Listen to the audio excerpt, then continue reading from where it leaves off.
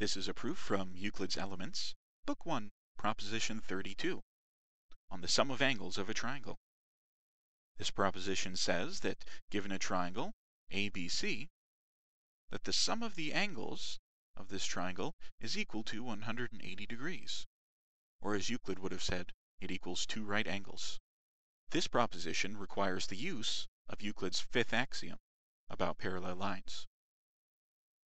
In this video, in addition to proving Euclid's proposition 32, we'll prove something more. We'll prove that Euclid's proposition 32 is equivalent to Playfair's axiom. Now what this means is that in the context of neutral geometry, that is, if we assume Euclid's first four axioms, if we were also to assume Playfair's axiom, we could prove the angle sum postulate.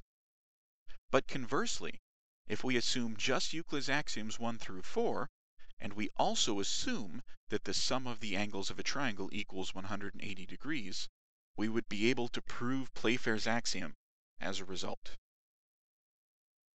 First, we'll prove proposition 32, that the sum of the angles of a triangle is 180 degrees.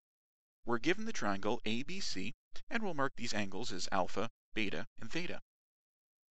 Well, we know from Euclid's proposition 31, we can construct a line, DE, that passes through the point C, but is parallel to the line through A and B. Now, from Playfair's axiom, or Euclid's fifth axiom, we know that if two lines are parallel, their alternate interior angles will be equal. This is the converse to the alternate interior angle theorem. We have the line AB and the line DE. The segment from A to C acts as a transversal, and therefore these two interior angles must be equal. Mark them both as alpha.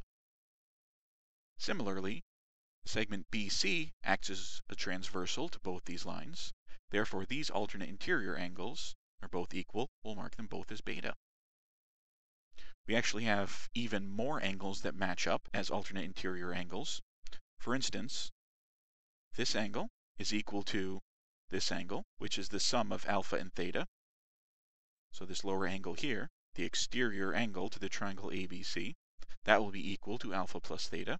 And on the other side of the triangle, this exterior angle to the triangle is the alternate interior angle ACE, which is composed of angle theta and angle beta. So we'll mark that as theta plus beta. Now from the linear pair theorem, we know that the supplementary angles add to 180 degrees, so alpha plus beta plus theta is equal to 180 degrees. That also is the angle sum of the triangle ABC. And as a side note, we also know that the angles exterior to the triangle are equal to the sum of the opposite interior angles. This completes the proof of Euclid's proposition 32. However, we also want to show that if we begin by assuming the sum of the angles of a triangle is 180 degrees, that we could prove Playfair's axiom, or Euclid's fifth axiom, as a result. So we begin this part of the proof, that the angle sum postulate implies Playfair's axiom. We'll break this proof down into two steps. The first step consists of constructing a right triangle with an arbitrarily small angle. What this means is, if we start off with this angle, PQR, which is a right angle, given any positive number epsilon, no matter how small, I could find a point T that lies on the line QR, such that this triangle, PQT, this angle right here, is smaller than the given value epsilon. So let's begin. Given this value epsilon, which is positive, we know by the Archimedean property of real numbers, which incidentally is taken as an axiom in Hilbert's axiom system for Euclidean geometry, that there exists some natural number n such that n times epsilon is greater than 90 degrees. So we'll assume that n is such a number. Next, we'll construct a sequence of points on the line from Q to R. Let's also call Q T0, and let's choose a point T1 such that a segment from T1 to T0 has the same length as a segment from T0 to P. Then we'll construct a second point T2 such that the length from T2 to T1 is equal to the length from T1 to P. Then we'll construct a third point such that the length from T3 to T2 is the same as the length from t to p. And so on, all the way up to the value n. We'll construct each point such that the length from this point to the previous is equal to the length from the previous point to p. This gives us a lot of isosceles triangles. Now, one fact we know about isosceles triangles is that the base angles of an isosceles triangle are equal. So, for each value k, the angle from tk minus 1 to tk to p is equal to the angle from tk minus 1 to p tk. So, as marked in this diagram, we have these two angles, alpha 1 are equal. These two angles, marked as alpha 2, are equal, etc. For convenience, I'll say alpha sub k is equal to the angle from tk minus 1 to tk to p. Notice that in this largest triangle from q to p to tn, this angle up at the top is equal to the sum of these angles, alpha 1, alpha 2, alpha 3, all the way to alpha n. Now remember, our goal is to show that one of these angles is small, smaller than that given value epsilon. To show this, we'll do a proof by contradiction. Assume for the moment that for all values of k between 1 and n, that none of these angles are small, that they're all larger than or equal to epsilon. Then this angle, QPTN, that angle is equal to the sum of the alphas, but if each alpha is greater than epsilon, then their sum is greater than n times epsilon. And n was chosen so that n times epsilon is greater than 90. So then what can we say about the sum of angles of this triangle, QPTN? Well, the angle at Q is a right angle, and the angle at P is the sum of the alphas, and that is greater than a right angle. Therefore, the sum of the angles of this triangle is greater than 180 degrees. However, we proved earlier that in the context of neutral geometry, assuming axioms 1 through 4 of Euclid, the Sacchari-Legendre theorem, which says that the angle sums of any triangle must be less than or equal to 180 degrees. This contradiction means our initial assumption is false.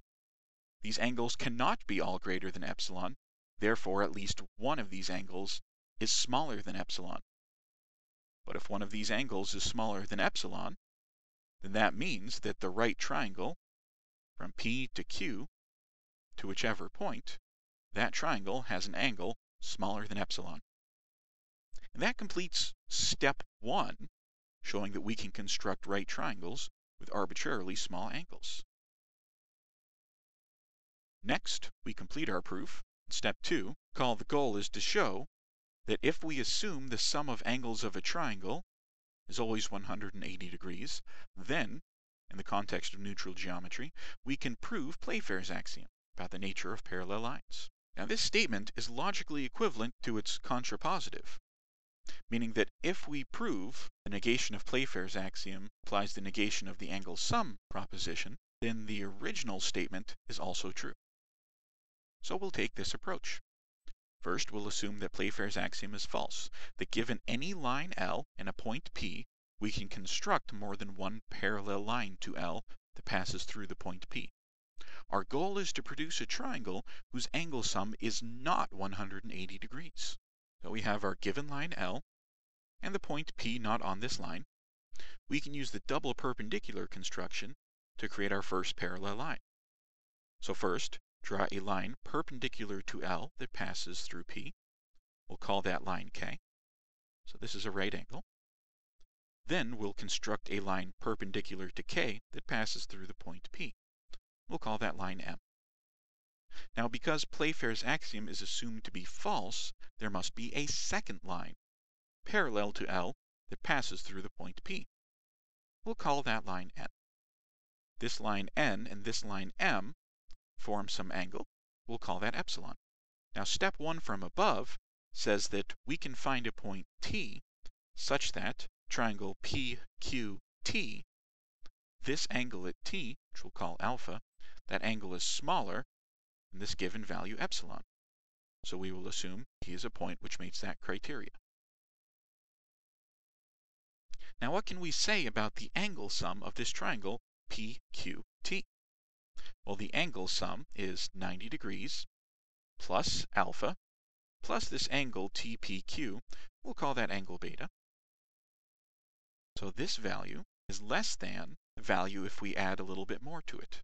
So 90 plus alpha plus beta is less than 90 plus alpha plus beta plus a little bit more, delta, where delta is the angle between the line N and the line PT. Furthermore, if we replace alpha by epsilon, the result is a little bit larger still, because epsilon is greater than alpha. So 90 plus alpha plus beta plus delta is in turn less than 90 plus epsilon plus beta plus delta. Now we observe that epsilon plus beta plus delta, these three angles combine to give the angle QPR, which is a right angle. So these three angles added together give you 90 degrees. 90 plus 90 is 180. Now by the transitive property, this means the angle sum of triangle PQT is in fact less than 180 degrees. And this is what we wanted to prove. Therefore, the contrapositive statement is true. Therefore, the original statement is also true. And this completes our proof to show that the angle sum postulate is logically equivalent to Playfair's axiom.